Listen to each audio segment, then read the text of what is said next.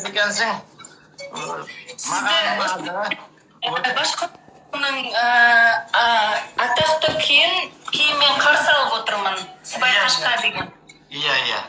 Бек қуаныштымын. Мынау осы кіргенден кейін бүкіл Қазақстанға сәлем айтайын деп тұрам. Баста башқұртша амандасайын. Хал бұғыр, Қазақстан халқы. Сізді байрамдарығыз менен қайнар құтлайым. Өзімнен есімден һәм бүтін башқұрт халқы есімінен. Құрметті Алатау дәстүрлі өнер театры директоры Дәлел Зәйнешұлы және ұжымы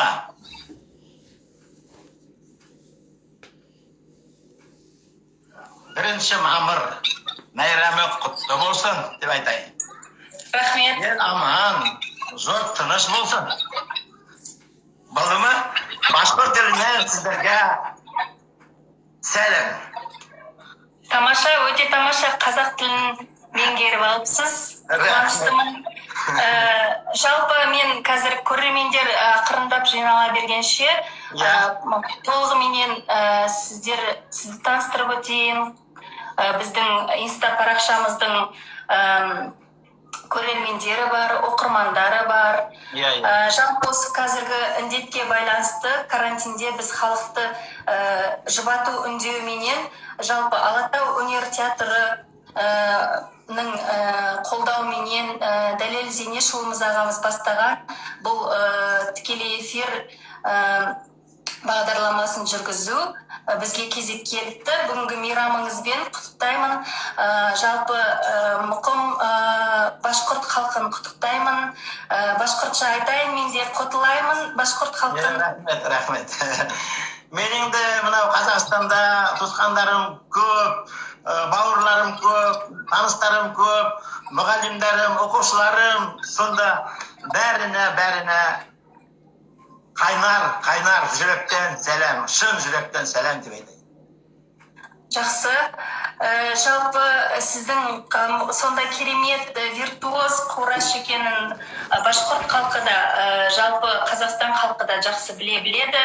Өзіңіз біліп өткендей, бұл Алатау театрында өзіңіз түркі халқы елдерінің бірлестігіменен өзіңіздің келіп бір күйлеріңізді тыңдағанбыз. 2017 жыл ұмытпасам. Солай болған, мен. Соның қасиетті Алатау өнер театрының сахнасында өзіңіз өнеріңізді халыққа паш еткенсіз. Сіздің жалпы қорай аспабында ойнайтыныңызды білетіндер де бар, білмейтіндер де бар. Біздің оқырмандардың башқұрт халқының халық артисі Ишмұрат Илбаков алдарыңызда отыр. Бұл кісі башқұрт еліндегі менің ұстазымның бірі болады. Ол жақта менің ұстаздарымның бірі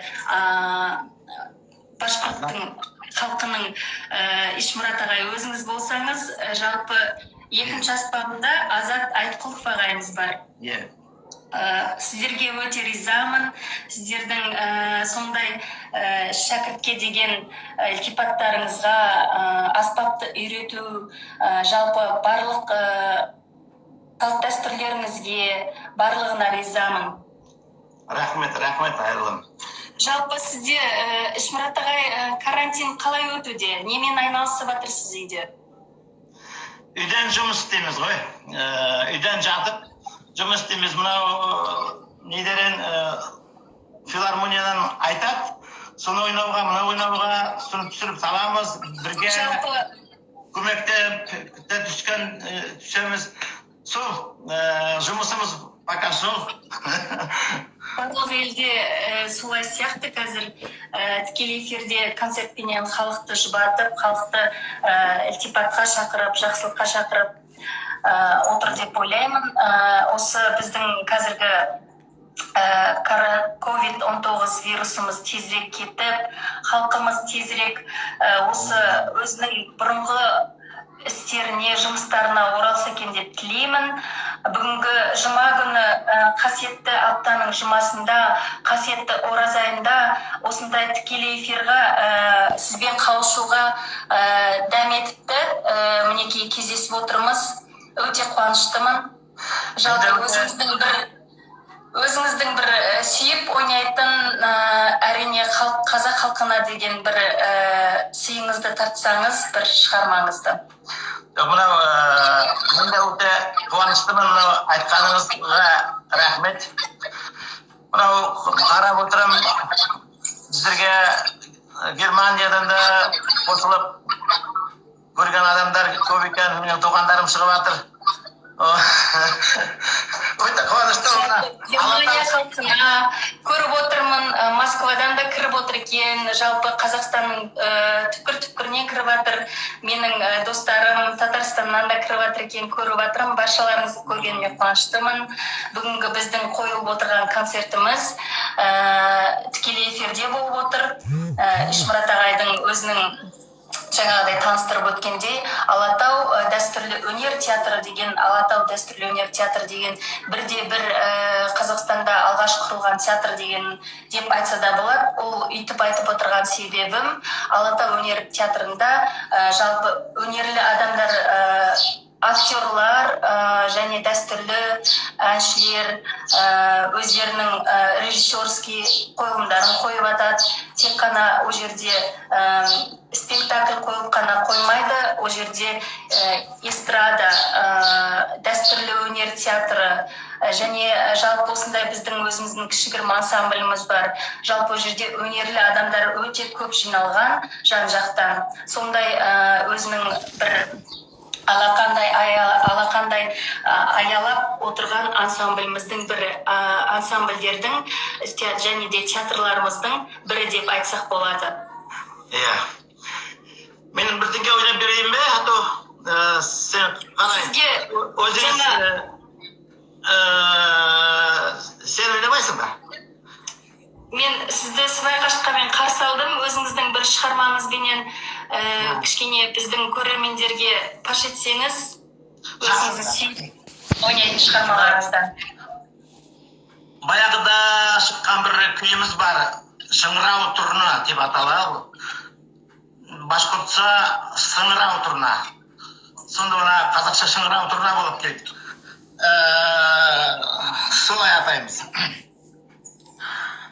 Бұл күйге 1500-1600 жыл. Ол шыққан біздің Оралда башқұрттар мұсылманлық алғаншы табиғатқа сыйынып жасаған уақытқа тура келеді. Осы тұрна құсы жау келсе, әпәт болса, сол сыңырап, қанаттарын жайып, шымырап, әйленіп билей, сол халыққа кестетер болған. Айтыр болған халық соның біліп, аскарлеп, сол келген жауды қарсы алып, жеңіп шыққан. Сонан беріле осы құс тұрна бізде қасиетті саналады. Сол күй бұрын ойналған только Қорайда ғана. Қорайдың күйі, оның сөздері болмаған, ол сондай сыйынған, религиозный деп айтайын қалай, сондай бір үрлеген, күй. Соларды мейрамдарда ойнағандар.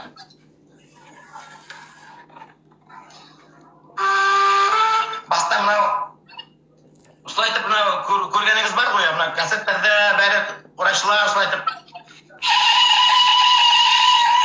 Тамаша.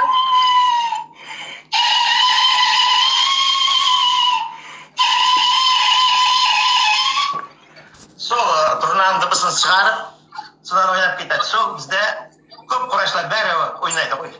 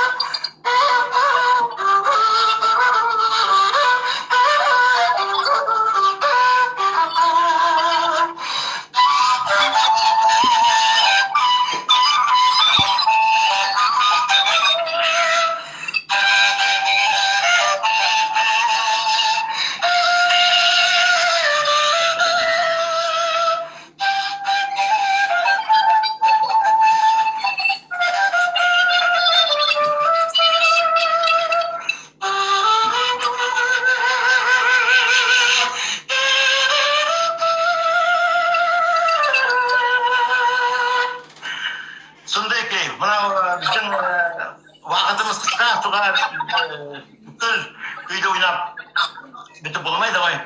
Сол осы күй сондай күшті күй болған үшін біздің уақытымызда бір башқұрттардың халық шағиры сізді қалай айтылады? Айып.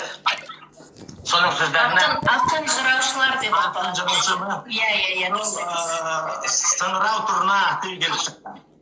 Сонан бізде мықты Үсмолла ағай Делмұхамедов деген құрайшы болған.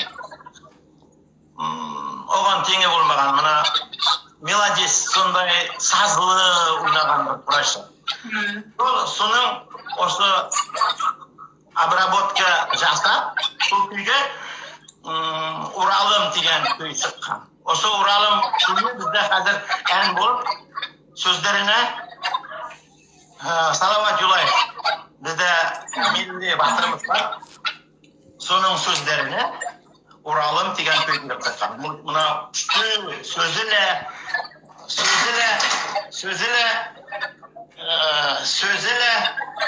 сөздерілі күйлі күшті болған үшін. Иә, тамаша, естіген Урал деген күйді. Мына сол күйге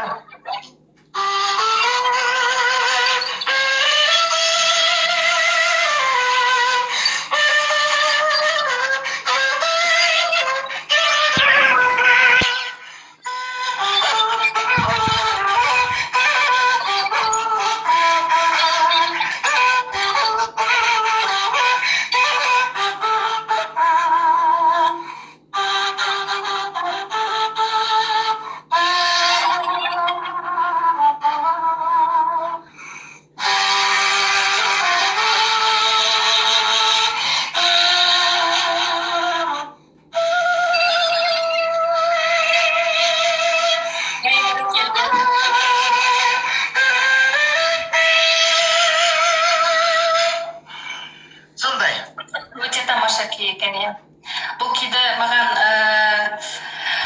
жалпы бірінші курсқа түскенде магистратураға сіздер жаққа оқып жатқан кезде маған Азат аға үйреткен еді. Сыңырау тұрна, бүкіл халқымыздың аңызы осы сыңырау тұрнада жатыр аяулым, тыңдашы деп. Өзі бір ойнап жіберіп, өзінің кафедрасының классында сабақ өтеміз.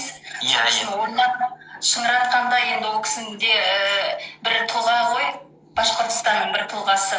Осы біздің Қазақстанның мықты сыбызғышысы, алғашқы тұңғыш сыбызғышыларының бірі Талғат Мұқышев ағай да бітірген мен консерваторияны. Ол кісіні өзіңіз жақсы білесіз.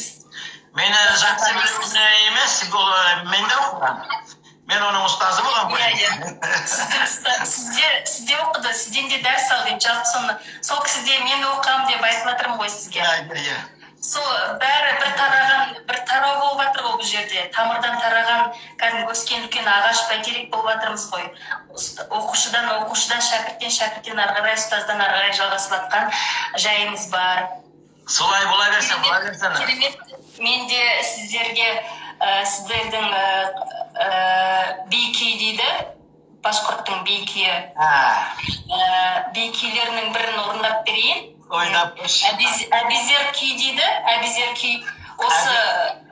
Әбизер емес, әбейзер. Әбизер, иә. Біз енді З, Ж деген әріптер. Башқұрттың спецификский тілі ғой енді. Біз айтамыз, хау мұхығы, здравствуйте. Хау мұхығы, ол саумысыңыз ғой енді, саумысыңыз. Қазақша. Саумысыз деген сөз ғой, иә. Қалыңыз қалайсыз деген сөз ғой, біз енді деген башқұрттың тіліне хас бір не ғой. Иә, дұрыс айтады, мен екі астымызға жазып қойыпты, әжелер күйі деп. Башқұртстаннан ба, қай жақтан бір жақтан кіріп отыр екен. Жалпы сол күйді орындап берейін. Ол күйдің тойларда андай жақсылық жерлерде ойналады.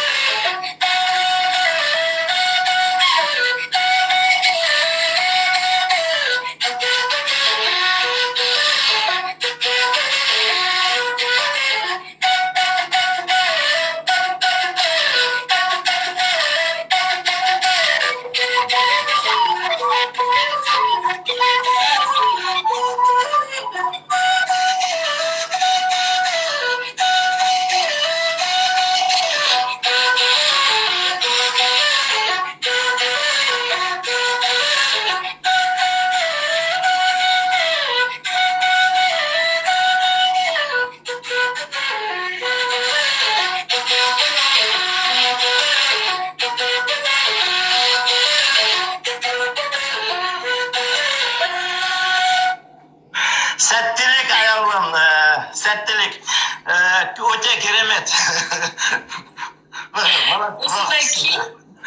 Осындай керемет би дейді, бұны сахнаның төрінде түрегеп тұрып бүйтіп керемет құшаққа жайып салып тұрып былайынан ойналатын күй ғой негізі. Енді экранға қарап отырғандықтан, осы жерде бір жерге бүйтіп қарап қозғалмауымыз керек болғандықтан, осы отырып ойнауға тура келіп тұр.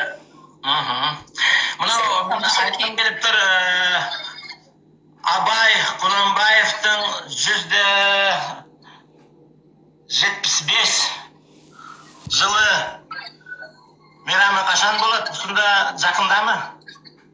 Біздің биылғы дана ақын жазушымыз, бүкіл халық дүние жүзі танып білген Абай Құнанбайұлының 175 жылдығы өтеді. Биыл енді карантин bitse ала жазса, Семей өңірінде ол кісі дүниеге келген өзінің Абай ауылында, сол жерде өтеді. Дүркіретіп үлкен қып жасайын деп жатыр, сонда үлкен той болады. Ол сол жерде Семейде ғана өтіп қана қоймай, бүкіл Қазақстанның бәрін шарлап болғаннан кейін дүние жүзінің бәрін шарламақшы. Абай операсы қойылады. Абайдың әндері, Абайдың өзінің кішігірім домбыра ойнаған кісі болған, Абайдың күйлері бар. Соның бәрін ойнап, шетелге паш етпекшіміз. Енді шетел біздің Абайды танымайтын ел жоқ, жер жоқ деп ойлаймын енді. Мынау Абайдың айлы түнде жарық, қандай жарық? Қараңғы түнде жарық ай. Желсіз түнде жарық айды ойнайын деп жатсыз ба? Соны ойнап көрші, мені соны естеймін. Желсіз түнде жарық айды ма? Иә.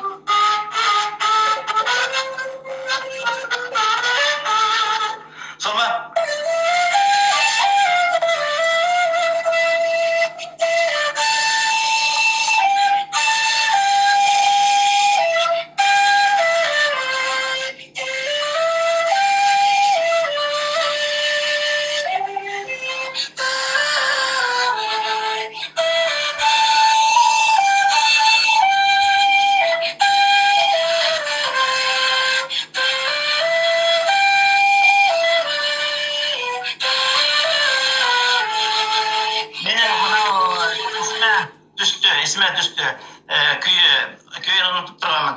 Мына неме?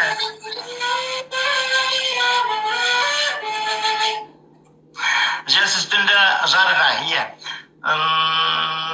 Қандай Ишқұрайда ойнадың ба мына осы күйде? Иә, Ишқұрайда ойналады. Сіздің өзіңіздің қолыңызбен жасап берген. Мынаудай таңастан? Ля минорда. Біргелеп ойнайықшым?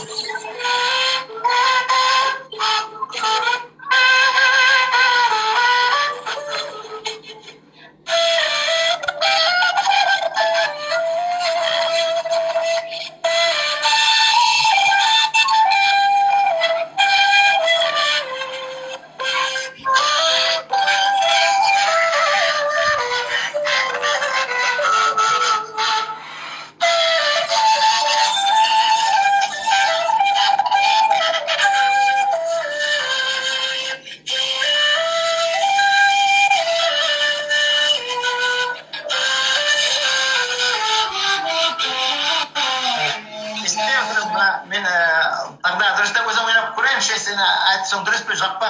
Енді бұл тікелей эфирді дуэт ойнағанға келмейді негізі. Жеке өзіңіз ойнағансыз.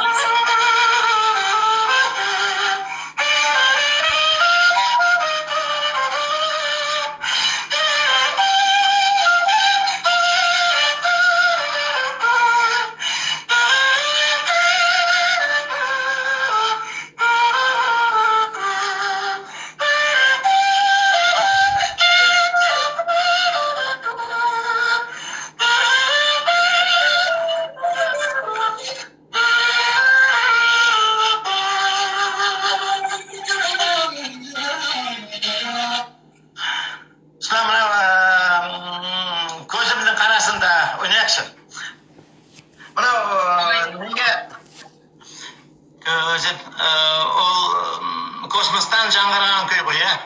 Мен соны естігенім бар.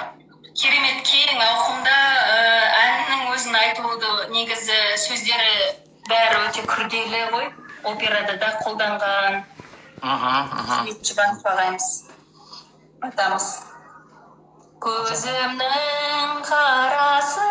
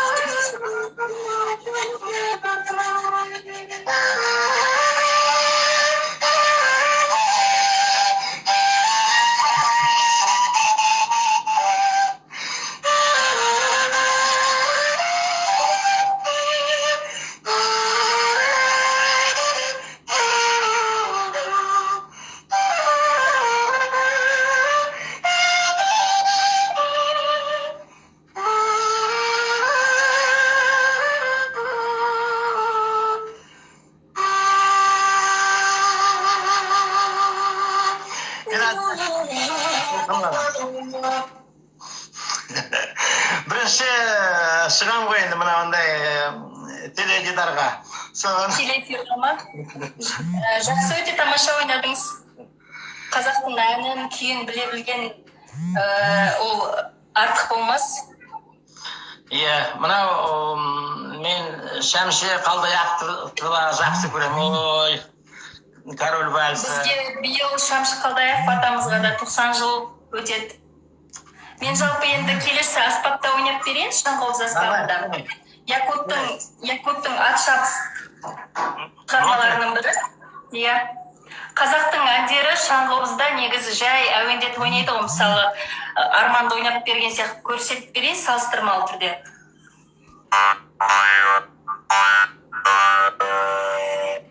Ал якуттарда ол жай ойналмайды. Якуттарда аттың шапысы, табиғат, өнер, табиғаттың дауысын, құстың дауысын келтіріп ойнаған ғой.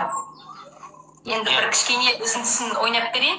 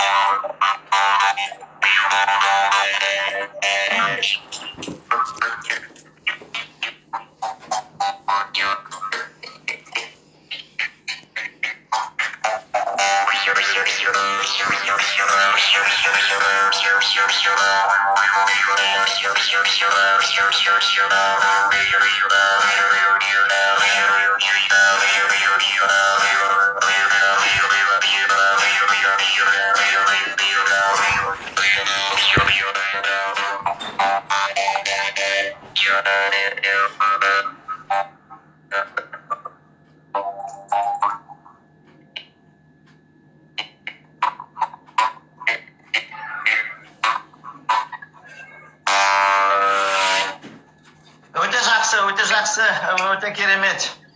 Ол енді таудың арасында келе жатқан, атпен келе жатқан адам ғой, бұлқылдап, сылқылдап, соның дыбысын келтіріп тұр ғой енді Шаңқобызбен. Иә, өте мультиинструменталист екенсің. Рахмет. Жалпы сіздің консерваторияға оқуыңыздың себебін, кішкене өзіңіздің өміріңізден бір кішігірім айтып өтсеңіз, қысқа нұсқа уақыттың бәрін үнемдей білейік. Аз уақыт кезінде шығар. 978 жылы мен сәнғат училищесіне оқуға түскенмін. Сол кезде құрайшылар Башқұртстанда көп болмаған. Сол кезде біздер студенттарымыз 71 жылы ашылған болған Құрай классы училищеде. Сол 6-7 жылдан соң мен поступать еттім ойында. Сол кезде бәрі мынау инструменттің біз мынау өлең, шөп де ойнағанбыз. Өлең Құрайда. Иә, бізде де қамыс деп атайды ол астықты. Иә,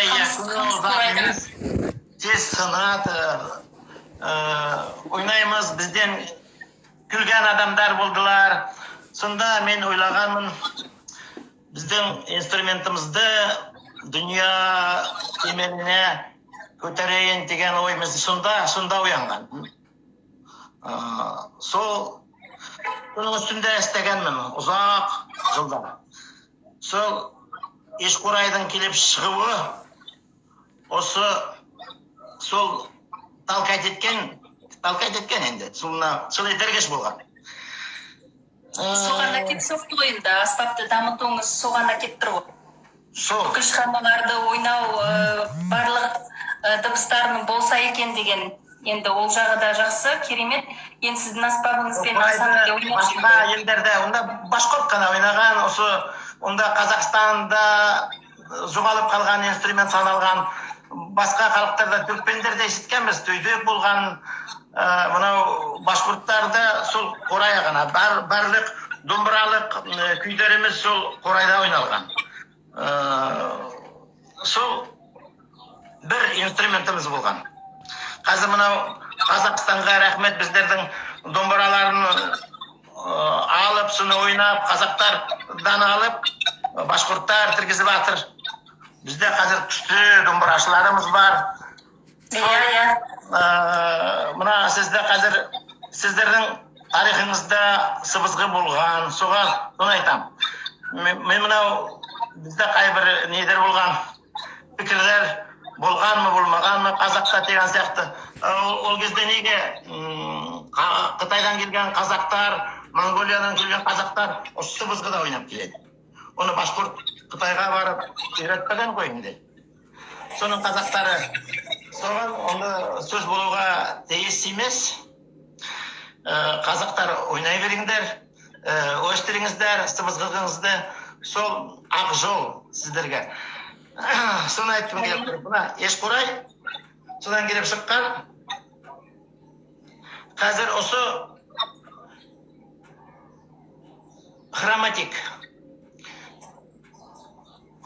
алымдар бәрі бар. Мұна бір күйде 12 тоналиста ойнауға болады. Полноценный инструмент. Мұна соға мен тырысқанмын. Сол келіп шыққан. Мен жасағанмын, мен оға өте қуаныштымын, ғұрурмын. Сол Ешқурайым қазір жан-жақта тарап жатыр ғой, бүкіл барлық жерде. Ыңғайлы ғой енді. Бізде сыбызғымыз 5 тесікті сыбызғы болса, мынандай енді 5 тесікті сыбызғы әр 6 аспаптан тұрады, әр тоналиске бір аспап. Оны да ойнадық қой, талай жыл болды. Ансамбльдерде жүрміз, оркестрларда жүрміз.